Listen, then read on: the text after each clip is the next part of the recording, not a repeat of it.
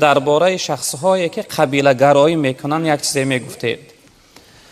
قبیله گرایی یعنی که انسانی که یعنی ملتچگی میکنه، قبیله چگی میکنه، اینها در شریعت حرام هستند برادران عزیز. خداوند عامه مؤمن و مسلمان در قرآن برادر خوانده است. انما المؤمنون اخوه، تمام مؤمن و مسلمان به همدیگر برادر است. پیغمبر بزرگوار گفتند که المسلم و اخو المسلم، گفتند مسلمان برادر مسلمان است.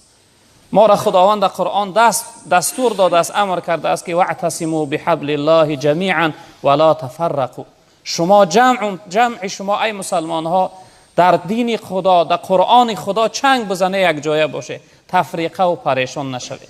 متاسفانه امروز کافر ما را جدا کرده است، چه از قبیله چیگی باشه، چه اینکه از این عقیده ها و رویه های زیاده که امروز در دنیا برآمدن. یعنی کافر توانست که امروز ما را جدا کرد، ما را یعنی در قصد همدیگر، در حق همدیگر زید و دشمن گرداند. به همین خاطر این چیز در شریعت معنی است، حرام است برادران عزیز. ولی یکی از دوستای خدا یک جمله های زیبا داره، حضرت میگه یکی گوید ز ختلانم تو را چی، دیگر من از بدخشانم تو را چی، نباشد یک جوان مرد بگوید مسلمانم تو را چی.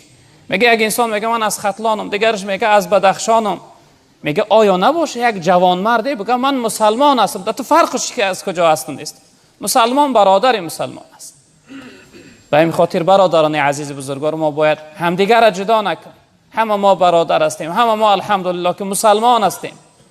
در کنار جناب پیغمبر صلی الله علیه و سلم حضرت بلال حبش بود، سیاه بود، حضرت سلمان فارس بود، ابوبکر قریشی بود، دیگرش یعنی انصاری بود، همه چنگ زده بودن، همه یک جای اکا و دادر شده بودن، یک ایمان داشتن، یک اسلام داشتن. به همین خاطر ما هم باشیم برادران عزیز بزرگوار، حرکت کنیم، هم دیگر را جدا نکنیم.